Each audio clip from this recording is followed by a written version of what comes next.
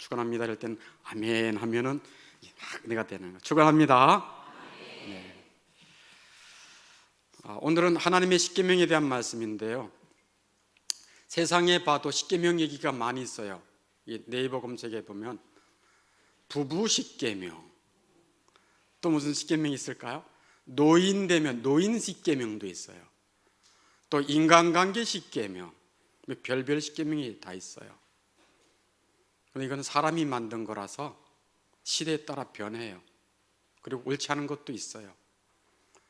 그러나 하나님이 만드신 십계명은 신적 권위가 있습니다. 하나님은 영원하시기 때문에 그 십계명은 변치도 않습니다. 그리고 하나님이 십계명을 만드셨기 때문에 그 십계명에는 하나님의 본성이 담겨져 있습니다. 하나님의 본성이라면 어떤 것이 있어요? 거룩하심, 의로우심, 선하심. 그러니까 하나님의 계명은 거룩합니다. 선합니다. 의롭습니다. 로마서 7장 12절에 말씀하고 있잖아요. 같이 한번 읽어볼까요? 시작. 율법은 거룩하고 계명도 거룩하고 의로우며 선하도다. 아멘. 하나님의 계명이 거룩하고 의로우며 선한 말씀이라고 믿으십니까? 네. 하나님이 주신 건 이렇게 거룩하고 선하고 의로워요. 그리고 이 십계명은 누구를 위해 주셨을까요? 모든 사람을 위해 주셨어요.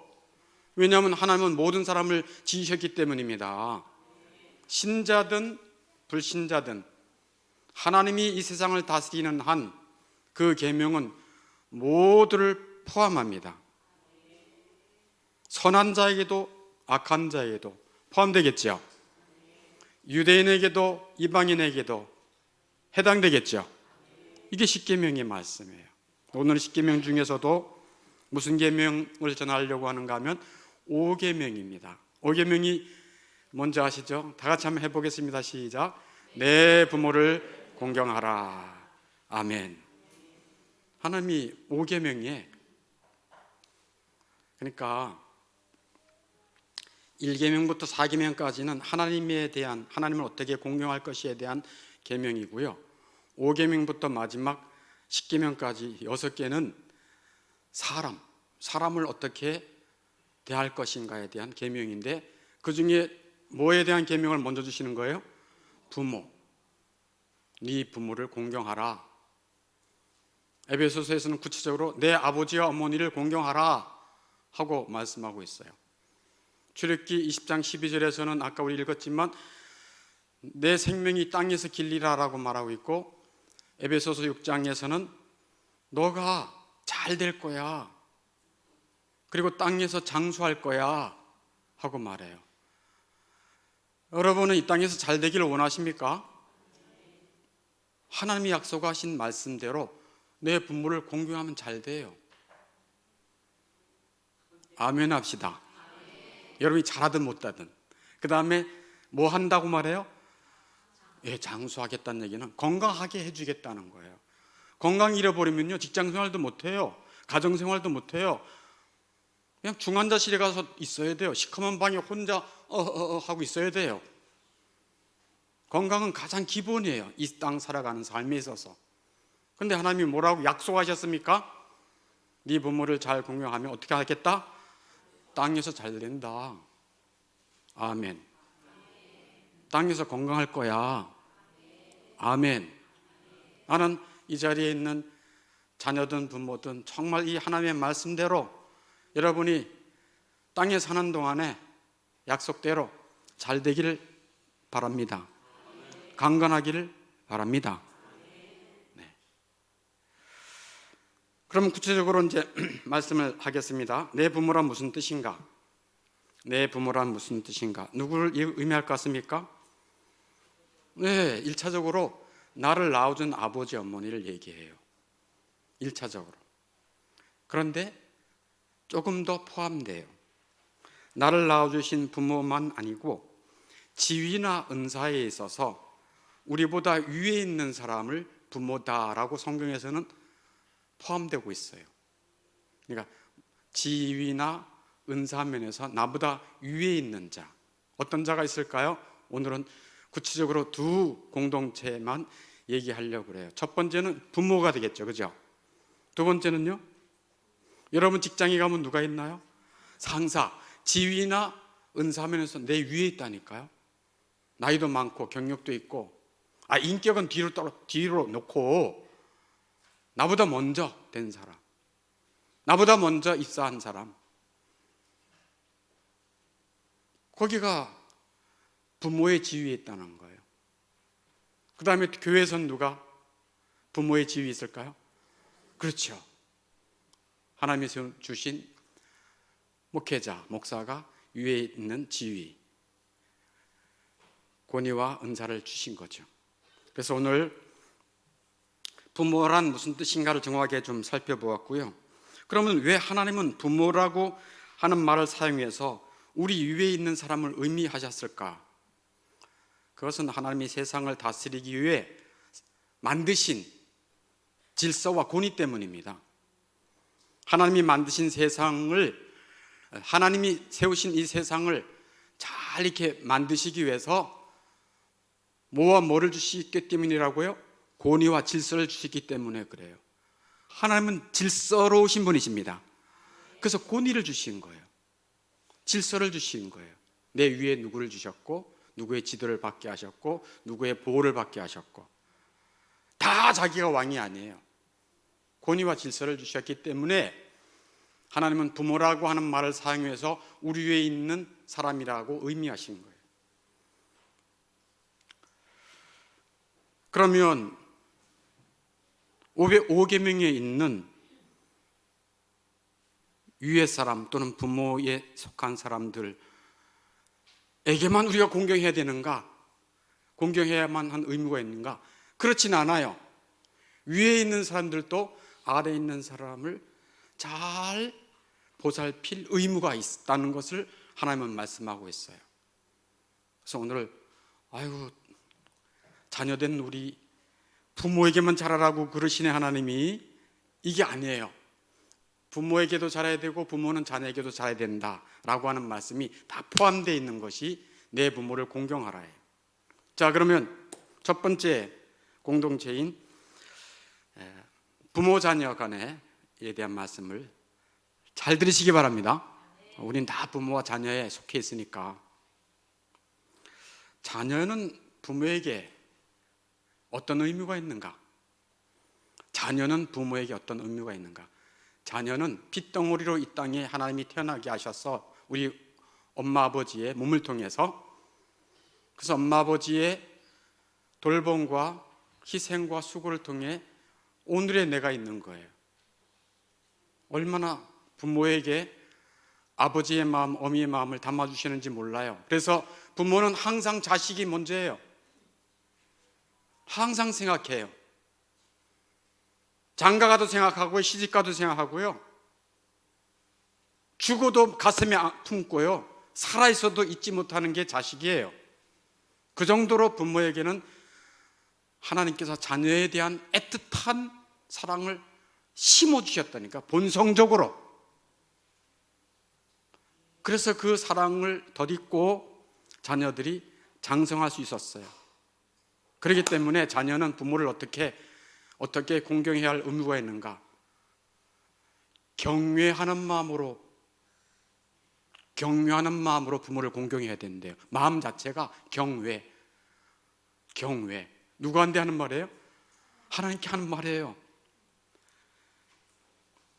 레위기 19장 3절에 보면 너희 각 사람은 부모를 경외하고, 아멘. 하나님의 말씀은 아멘입니다. 제가 다시 한번, 너희 각 사람은 부모를 경외하고, 부모를 경외하는 마음을 가지라는 거예요. 경외하는 마음이 가장 중요해요. 부모를 사랑하고, 경외한다는 마음은 뭘까요? 사랑하고 또 어려워하는 마음이 있어야 돼요. 이제 부모도 나도 다 컸는데 나는 이제 애가 아니야, 이래라 저래라 하지 마요, 이런 높은 마음, 무례한 마음 가져서는 안 되고, 사랑하고 존경하는 마음을 가지고 있어야 한다라고 하나님이 말씀하고 계십니다. 그래서 그런 경외하는 마음을 가지고 인사도 잘해야 된다고 말하고 있어요. 오셨습니까? 또 우리나라는 또 좋은 예절이 있잖아요. 또 그 구정 명절 때는 또 뭐도 해요? 네, 세배도 하잖아요.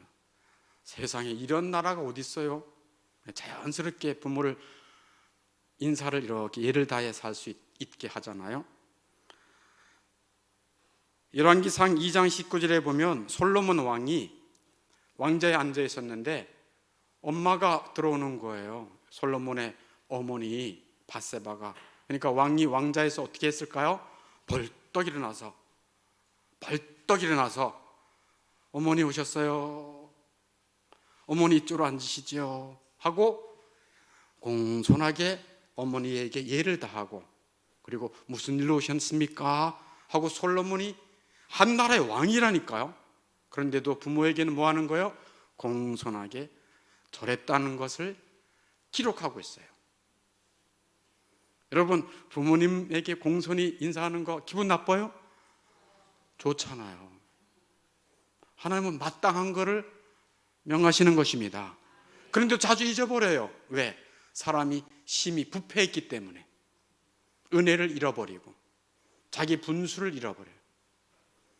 부모에 대한 예를 잃어버리기 쉬우니까 하나님이 내 부모를 공경하라, 경외하는 마음을 가져라, 공손히 인사해라, 이런 말씀을 하는 거예요. 그리고 자녀가 해야 할 의무가 뭐냐면은 부모의 가르침을 잘 받아들이라고 하는 말씀을 하고 있어요. 잠언 1장 8절에 내 아들아, 저를 따라서 해보세요. 내 아들아, 내 아비의 훈계를 들으며 내 어미의 법을 떠나지 말라. 아멘. 훈계할 때 뭐 하라는 것입니까? 잘 받으라는 얘기예요. 솔직히 이 세상에서 부모만큼 자기 자식을 사랑하는 사람이 있으면 나와보라 그래요. 잘 되기를 바라는 마음이 부모예요. 여러분, 부모님들 되시는 분들 자기 자녀를 사랑하지요? 별로 안 사랑하나 봐 하면 소리도 작고. 부모된 여러분들 자기 자녀가 잘 되기를 바라지요? 가장 원한다니까요. 그러므로 부모가 자식을 위해서 훈계할 때는 그냥 잔소리처럼 듣지 말고 하나님이 뭐라고 말씀해요? 잘 들어라. 내 아비의 훈계를 들어라. 내 어미의 법을 떠나지 말라. 그렇게 말씀하고 있어요. 히브리서 12장 9절에서도 우리 육신의 아버지가 우리를 징계하여도 공경하였거든. 육신의 아버지가 우리를 징계하잖아요. 야단도 치고 꾸지람도 하고 그럴 때도 공경하였거든, 이렇게 말씀하고 있어요. 그리고 또 자녀가 해야 할 의무가 뭔가 하면은 필요할 때 부모를 돕고 복양할 수 있으면 복양하라는 거예요.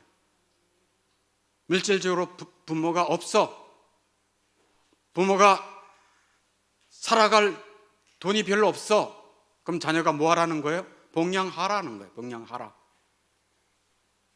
아이고 우리도 먹고 살기 힘든데 아버지 엄마 알아서 하세요, 그게 아니라는 거예요.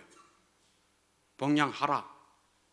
창세기 47장 12절에 보면 그의 아버지와 그의 형들과 그의 아버지의 온 집에 그 식구를 따라 먹을 것을 주어 복양하였더라 하고 말씀하고 있어요. 요셉이 그의 아버지와 그의 형제들까지 싹 복양할 수 있도록 하나님이 요셉에게 다 허락해 주신 것입니다. 부모를 복양하라는 거예요. 그리고 또 한 가지 또 중요한 것이 있어요. 자녀가 부모를 위해서 해야 할 의무가 뭔가 하면 부모를 위해 뭐 하라? 늘 기도하라는 거예요. 요거는 몰랐죠. 요거는 자녀된 여러분들 요거는 몰랐죠. 부모가 늘 자녀를 위해서 기도하는 것만 알았죠. 아니에요. 자녀도 부모를 위해 뭐 하라? 기도하라. 그동안 자녀들이 부모를 위해 기도하지 않았다면 하나님의 말씀을 몰랐거나 또는 알았으나 불순종했거나 했겠죠. 오늘부터 새로워지기를 주의 이름으로 축원합니다. 디모데전서 2장 2절에 그렇게 말씀하고 있어요. 임금들과 높은 지위에 있는 모든 사람을 위하여, 높은 지위에 있는 모든 사람을 위하여 기도하라 할 때, 높은 지위는 뭐 나라의 높은 권세 있는 자들만이 아니에요. 사실 가장 가까이에서 높은 지위를 준 부모도 속한 것입니다. 그래서 부모를 위해서 기도하라는 거예요. 이 정도, 자녀들이 부모에게 이런 정도를 해라. 아이고, 다 까먹었네요. 유튜브를 보시기 바랍니다. 자, 그 다음에 부모가 자녀를 위해서 해야 할 의무는 뭔가? 부모가 자녀에게 해야 할 의무는 뭔가? 부모님들 잘 들으시기 바라요. 부모는 자녀들에게 주의를 기울여서 자녀에게 합당하고 필요한 것을 공급해 주라는 거예요. 옷이 필요하면 옷을, 학비가 필요하면 학비를, 그가 필요한 것들을 다 제공해 주라는 거예요. 그게 필요한, 이 땅에 살면서 필요한 것들을 다 제공해 주라는 거예요. 그리고 이거는 부모님들 제가 볼 때 잘 하시는 것 같아요. 하지 말라 그래도 최소한 필요는 잘 이렇게 재주시는 것 같아요.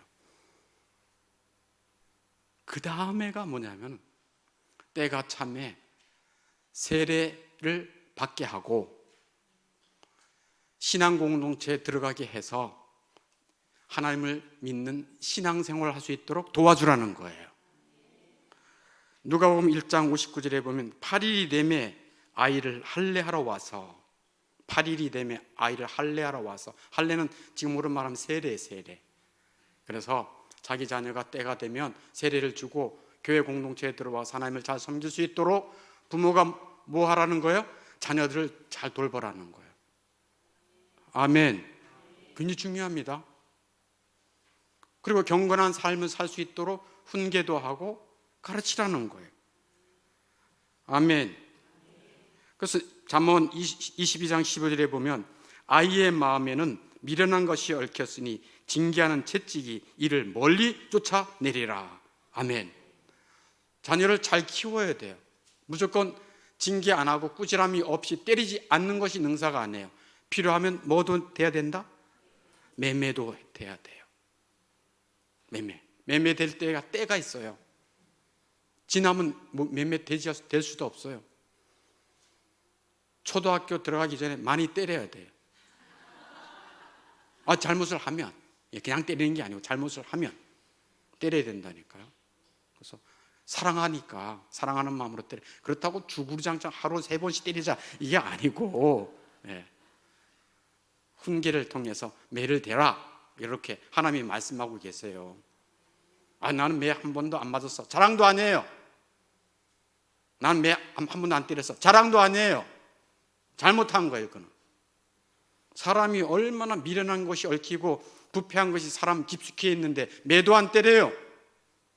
하나님은 매를 대서 고치라고 말씀하고 있습니다. 그게 부모의 의무라니까요. 그래서 자녀가 잘못할 때 훈계하고 꾸짖으라 라고 말씀하고 있어요. 그 대신 꾸짖고 이렇게 훈계할 때 노엽게 하지 말라는 거예요. 노엽게 하지 말라. 막 욕을 한다든지 인격을 모독한다든지 이렇게 노엽게 하지 말라라고 에베소 6장 4절에 말씀하고 있잖아요. 노엽게 하지 말아라. 사울 왕이 자기 사랑하는 아들 요나단을 얼마나 노엽게 했는지 몰라요. 이 폐역무도한 계집의 자식아 하면서 못된 계집의 자식 저거 그냥 이렇게 막 욕을 했어요. 요나단이 다윗을 돕고 막 다윗을 이렇게 위한다고 해서 사울이 그렇게 욕을 했어요. 그리고 요나단을 향해서 막 창도 막 던지고 그랬어요. 뭐 죽이려고 한 건 아니겠지만 화가 나가지고 화를 이기지 못해서 사울 왕이 자기 아들에게 막 이걸 던지고 그랬어요. 그러니까 여기 성경에도 있지만 사무엘상 20장 34절에 보니까 이렇게 말하고 있어요. 요나단이 심히 노하여 식탁에서 떠났다 이렇게 말하고 있어요. 요나단이 심히 노했다 그랬어요. 자녀가 아버지가 자녀를 노엽게 한 거죠. 그래서 식탁을 떠나버리기도 했어요. 그러니까 훈계를 하되 또 꾸짖을 때 뭐 하지 말라는 거예요? 자녀를 노엽게 해서는 안 된다고 하나님이 말씀하고 있어요. 아멘. 그 다음에 적절한 직업을 찾도록 미리미리 교육해야 된다는 거예요. 부모가 자녀가 적절한 직업을 찾도록. 뭐가 적절한 직업이겠어요? 뭐가 적절한 제복이겠어요? 자기 아들, 딸이 하나님을 잘 믿을 수 있도록 직업을 선정할 수 있도록 도와줘야 돼요. 주일도 지키지 않는 그런 직업을 선택하려고 한다 그러면 안 된다라고 말해줘야 될까 안 될까요? 말해줘야죠. 그러니까 직업을 찾을 때 그것을 도와주라는 거예요. 또 적절한 때 결혼할 수 있도록 신경 써주라는 거예요. 뭐 할 때? 적절할 때 결혼할 수 있도록 신경 써주라는 거예요. 그래서 에레미야 29장 6절에 너희 아들이 아내를 맞이하며 너희 딸이 남편을 맞아 그들로 자녀를 낳아 너희가 거기서 번성하고 줄어들지 않게 하라 하고 에레미야 29장 6절에 말씀하고 있어요. 그러니까 부모가 자기 자녀가 적절한 때에 시집장가 갈 수 있도록 신경 써주라는 얘기예요. 또 마지막 창세기 48장 15절은 뭘까?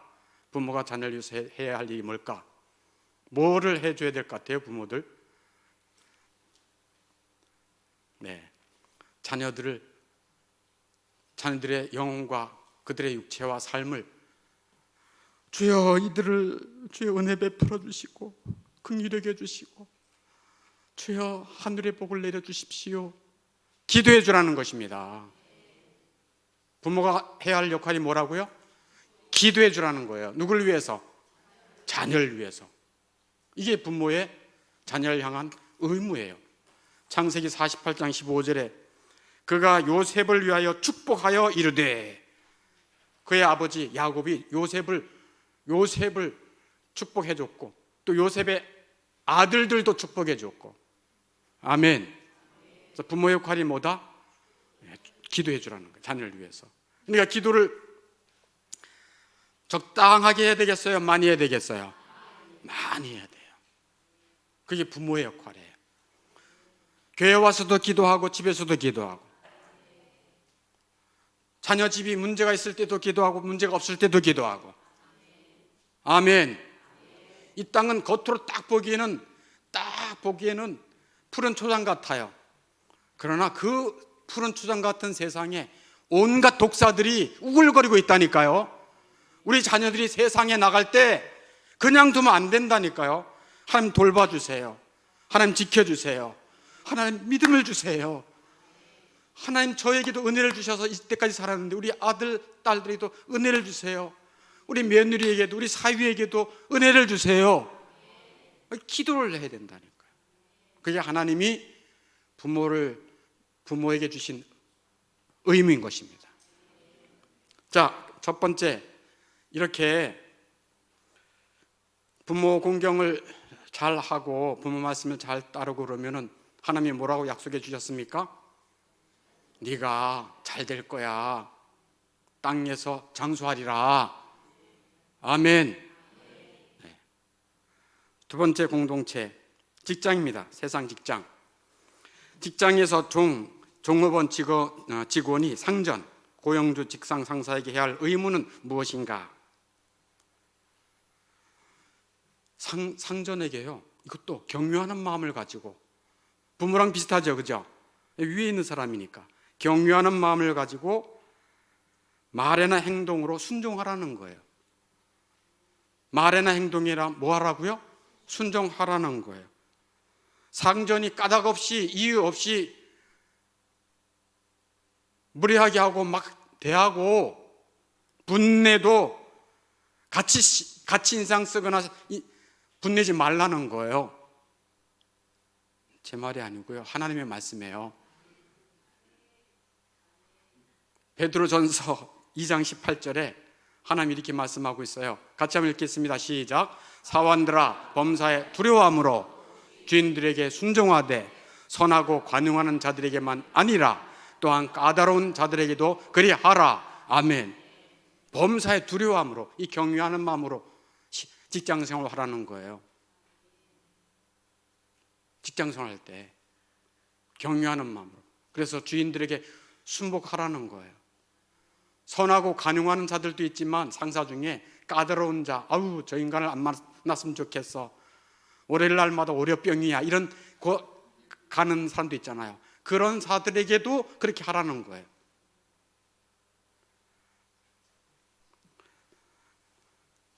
상전에게 말을 들을 때, 무슨 말을 들었을 때 순종하는 표정과 자세를 하라는 거예요.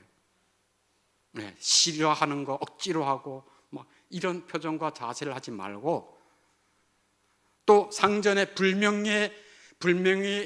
상전의 불명예가 되는 말들은 뒤에서 쑥덕쑥덕 하지 말라는 거예요. 아유, 또라이처럼 생겼어. 생긴 대로 놀아. 아이고, 그냥 먹는 건 돼지 같고 말하는 건 침 튀기고, 이런 것들을 하지 말라. 하지 말라는 건 하지 말라. 상전의 불명예가 되는 걸 하지 말라는 거예요. 네. 상전의 명예를 지켜주라는 거예요. 네. 이게 직장에서 상전들에게 어떻게 해야 할 의무가 이거라는 거예요. 그러면 반대로 상전이 종에게 해야 하는 의무는 무언가? 네. 상전이 종에게 해야 하는 의무가 있어요. 여기서 상전은 이제 믿는 상전이라고 하는데, 믿는 사람이 사업장을 인도한다든지 회사를 운영할 때에는 어떻게 해야 되는가 하면 믿음이 있는 종을 뽑으라는 거예요. 신앙이 있는 종을 뽑으라는 거예요. 그리고 그들에게 예배도 같이 드리고 경건의 길을 잘 인도해 주라는 거예요. 참 어려운 일이긴 해요.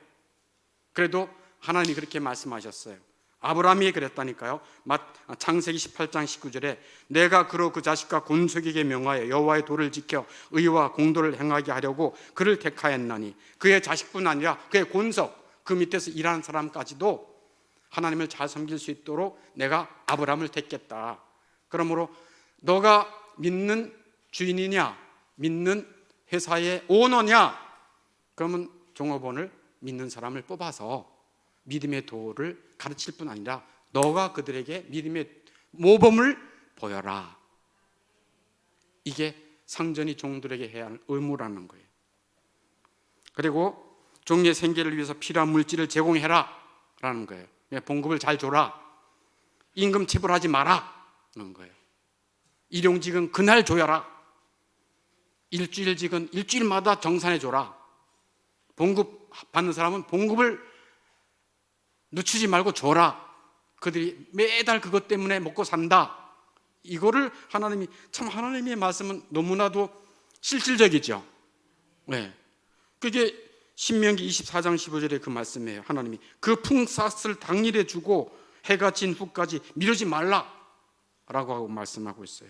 그리고 잘못한 일이 있으면, 종업원이 잘못한 일이 있으면 공정하게 꾸짖고 잘못을 바로잡아줘야 된다. 말로만 하면 고치지 않는다. 꾸짖어 주라는 거야. 꾸짖어 주라. 그러니까 꾸지람 받는 것은 좋은 거다, 안 좋은 거다? 좋은 거예요. 꾸지람 받는 거 좋은 거예요. 잠언 29장 15절에 보면 채찍과 꾸지람이 지혜를 주거든. 저를 따라서 채찍과 꾸지람이 지혜를 주거늘 임의로 행하게 버려둔 자식은 어미를 욕되게 하느니라. 아멘. 그래서 막 울면서 자기 욕구를 막 표출하고 땡깡을 부리고 그러면 엄마 아버지가 다 들어준다. 이런 나쁜 버릇을 가지게 하면 된다, 안 된다? 아니, 그때는 그냥 따끔하게 그냥 한 대를 때려도 따끔하게 싹! 그리고 이제 그 다음에 안아줘야죠. 내가 사랑해서 그래. 내가 얼마나 너 사랑하는데 알지? 그리고 사랑해주고 때려주고 사랑해주고. 네. 그러면 그 안에 미련한 것과 죄된 것이 어떻게 되는 거예요? 조금씩 사라지는 거예요. 하나님의 지혜입니다. 내 생각대로 키우지 마세요. 네. 이거 참 이 직장에서도 이렇게 종업원이 잘못하면 꾸짖어 주라는 거예요. 잠언 29장 19절에도 종은 말로만 하면 고치지 아니하나니 이는 그가 알고도 따르지 아니함이라 이렇게 말씀하고 있어요. 그러니까 하나님의 말씀대로 직장 생활을 하면 어떻게 된다는 얘기예요? 잘 되고, 그 다음에 또요, 너가 땅에서 건강하리라. 아멘. 말씀대로 안 사니까 늘 스트레스 받지. 저 직장 상사 미워서 스트레스 받지. 욕하니까 나도 더러워져서 스트레스 받지. 잠도 못 자지. 그러니까 몸도 쇠하고 마음이 편하지 않잖아요. 하나님의 말씀대로 살아감으로 여러분의 땅에서 잘 되고 강건하기를 축원합니다. 마지막 세 번째 공동체. 하나님은 다섯째 계명에서 성도가 목사에게 행할 의무는 무엇이라고 하는가? 이거 참 중요한 건데 여러분 잘 하고 계셔요. 그래도 잘하고 계신데 그래도 다시 한번 들어보세요. 양들은, 교회 성도들 양이라 그러잖아요. 양들은 목사를 뭘로 알아야 됩니까? 하나님이 양된 나에게 붙여주신 뭐로? 목자로 알고 잘 따라야 돼요. 목자 그러니까 잘 못 알아듣는데 영어로 셰퍼드. 영어로 셰퍼드. 우리 지지난 달에 외웠는데 여호와는 나의 목자시니 The Lord is my shepherd. 하나님이 셰퍼드 아닌가요? 셰퍼드이기도 하죠, 크게 보면. 근데 베드로전서 5장에 보면 예수님은, 하나님은 그 양의 목자들을 다스리는 목자장이십니다. 교회로 보면 1차적으로는 목자를 예수님이 목사를 세워주셨고, 여러분들은 뭐라고요? 양이에요. 그러니까 성도가 목사에게 행할 첫 번째 의무는 뭐냐면은 하나님이 나에게 붙여주신 목자구나, 잘 따라야겠구나 라고 하는 것이 1번인 것입니다. 예레미야 3장 15절에 보면 내가 또 내 마음에 합한 목자들을 너에게 주리니, 하나님께서 우리에게 합한 목자들을 주신다고 말씀하고 있습니다. 그리고 베드로전서 5장에도 있고요. 양무리를 쳐라. 너는 양무리를 쳐라. 너는 양무리의 목자다 라고 말씀하고 있어요. 그러니까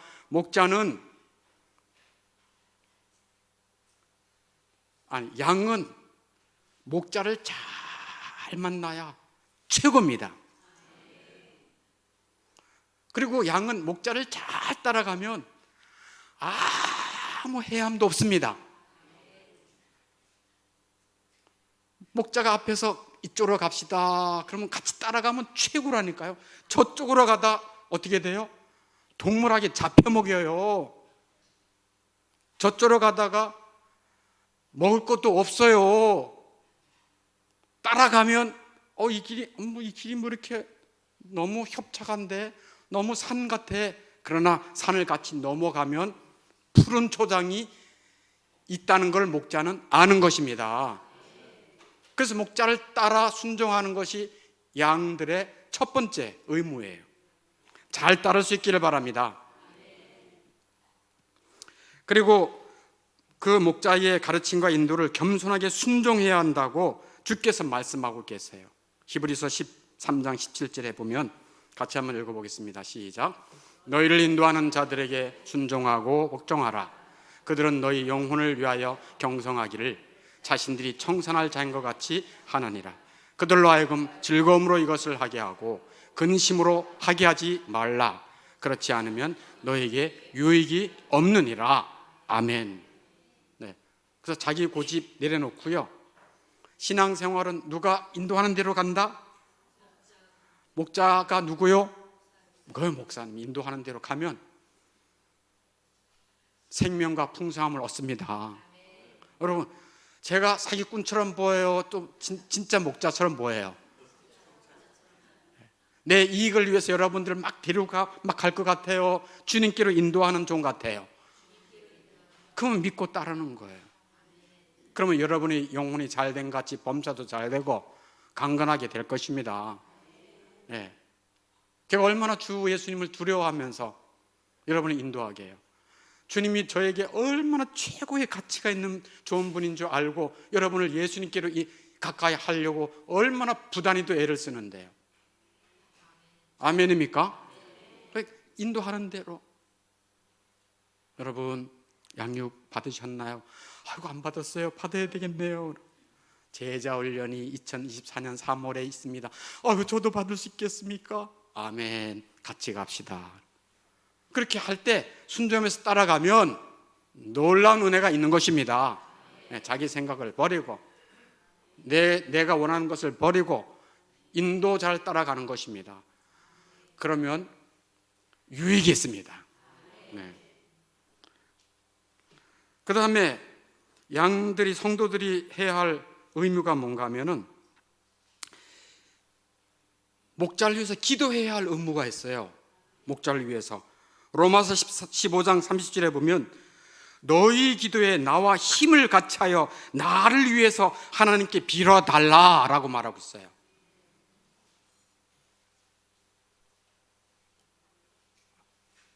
여기만 있는 게 아니에요. 에베소서 6장 19절에도 있어요. 나를 위하여 구해라. 내게 말씀을 주사 나로 입을 열어 복음의 비밀을 담대하게 알리게 하옵소서 하고, 사도 바울도, 이런 위대한 사도 바울도 성도들에게 뭐를 부탁하고 있어요? 기도를 부탁하고 있어요. 여러분 오늘 아침에 예배드리러 나올 때 솔직히 양심껏 여러분이 속으로 대답하세요. 여러분 저를 위해서 얼마나 기도해 주셨나? 어제는 얼마나 기도해 주셨나? 목기자를 위해서 뭐 하라고 하나님이 명하고 있어요? 기도하라. 거의 안 했다. 정말 큰 회개를 해야 돼요. 아, 양의 중요한 의무구나. 아멘. 오늘부터 자식이 부모를 위해서 기도하고, 부모는 자식을 위해서도 기도하고, 이제 성도들은 목회자를 위해서 기도하고, 여러분의 삶이 대박이 될 것 같습니다. 기도하면 하나님이 응답해 주십니다. 그게 하나님의 약속이라니까요. 마귀는 기도를 하찮게 여겨요. 기도하지 못하게 해요. 기도해야 무슨 소용이 있어라고 생각하게 하고, 육체가 피곤해, 육체도 기도를 안 좋아하고, 마귀도 기도 소홀하게 하고, 너무 길게 한다고, 너무 짧게 한다고. 마귀가 가장 싫어하는 것 중에 하나가 성도들이 기도하는 거예요. 알겠습니까? 우리가 기도할 때 하나님이 역사해 주십니다. 네. 그래서 성도들이 해야 할 의무가 뭐다? 목사를 위해서 기도하는 것입니다. 그동안도 하나님의 은혜로 해왔지만 이제 앞으로 여러분이 기도할 때, 저를 위해서 기도할 때 주님이 세우신 이 교회에 주실, 퍼부어 주실 은혜와 성령과 구원의 역사가 놀랍게 될 것을 기대합니다. 네. 그 다음에 마지막, 성도가 목사에게 행할 의무 마지막이 뭐냐면요, 목사가 생활을 하거나 사역을 감당할 수 있도록 충분한 재정 지원을 해야 하고, 각별히 사랑하며 배나 존경할 자로 여기라고 하나님이 말씀하고 있어요. 다시 한번, 목사의 생활이나 사역을 감당할 수 있도록 충분한 재정 지원을 해야 되고, 각별히 사랑하며 배나 존경해야 한다고 주님이 요구하십니다. 디모데전서 5장 17절에 이렇게 말씀하고 있어요. 잘 다스리는 자들은 배나 존경할 자로 알되 말씀과 가르침에 수고하는 이들에게는 더욱 그리할 것이니라. 성경에 일렀을때 곡식을 밟아 떠난 소의 입에 망을 씌우지 말라 하였고, 그 일꾼이 그 싹스를 받는 것은 마땅하다 하였느니라. 아멘. 네. 자, 이제는 목사가 성도에게 어떤 의무를 가지고 있는가, 세 가지예요. 제가 성도들에게 해야 할 의무는 세 가지예요. 첫 번째, 백성들이 때를 얻든지 못 얻든지 하나님의 말씀을 신실하게, 그리고 부지런히 진리의 말씀을 전하라고 하십니다. 네, 이게 첫 번째예요. 두 번째는 진리의 말씀만 전하는 게 아니고 영혼들이 구원받고 그 영혼이 윤택하도록 하나님께 뭐 하라고? 기도하라고 명하십니다. 이게 목자에게 주신 두 번째 의무예요. 세 번째 의무는 목회자가 거룩하게 살아감으로써 성도들의 모범이 되라 하고 하나님이 명하고 계십니다. 빌립보서 4장 9절에 있는 대로 너희는 내게 배우고 받고 듣고 본 바를 행하라 하고 막 배우고 받고 본 바를 보았지 않았느냐, 모범이 되라고 말하고 있어요. 이렇게 이제 목사와 성도, 성도와 이제 목사의 관계에서 그 의무를 다 말씀드렸어요. 지금까지 말씀한 관계, 세 가지 관계, 부모 자식 관계, 또 회사의 직장 상하 관계, 또 교회에서 목사와 성도 관계, 다 무슨 관계예요? 다 가까운 관계예요. 매일 만나는 관계예요. 직장도 매일 만나고 교회도 거의 매일 만나고 가정 줄기장창 만나고 가까운 관계예요. 너무 가까운 관계. 근데 이 가까운 관계를 뭐 하라는 거예요? 하나님의 말씀대로 행하라는 거예요. 쉬운 일 같지만 어려운 관계예요. 우리 힘으로 될까 안 될까 잘 안 돼요. 왜냐하면 우리는 하나님의 계명보다는 내 본성대로, 내 감정대로, 내가 배운 대로 살아가고 싶어 하는 자기 고집이 있어요. 그런데 우리 힘으로는 안 돼. 근데 될 수 있는 길이 있대요. 마지막 말씀입니다. 스가랴 4장 6절 말씀 같이 보겠습니다. 시작. 만군의 여호와께서 말씀하시되 이는 힘으로 되지 아니하며 능력으로 되지 아니하고 오직 나의 영으로 되느니라. 아멘. 사람이 힘으로 안 된다라고 말하고 있어요. 너가 한번 결단한다고 되는 일이 아니야. 나의 영으로 되느니라. 그래서 하나님의 영으로, 성령으로 거듭난 자들은, 하나님의 성령으로 거듭난 하나님의 사람들은 하나님을 사랑하고 하나님의 뜻을 사랑해서 그 뜻대로 순종하게 되는 것입니다. 이 십계명 아무나 순종하는 게 아니에요. 하나님의 영으로 거듭난 자들은 하나님이 선하심과 의로우심과 거룩하심을 알고, 내가 지금까지 살아온 것도 주님의 은혜인 것을 알고 겸손하고 낮은 마음으로, 맞습니다, 주님은 항상 의롭고 옳습니다 하고 주님의 말씀에 순종하는 마음으로 가정생활, 교회생활, 직장생활을 행해 나감으로 하나님이 약속한 대로 땅에서 잘 되고 강건한 은혜를 누리게 될 것입니다. 그래서 그 백성들로 말미암아 하나님의 말씀을 잘 순종하는 백성들을 통해서 주변 사람들에게 저 사람들은 누구야? 하면서 너의 착한 행실을 보고 옆에 있는 사람들에게 하나님께 영광을 돌리게 하라.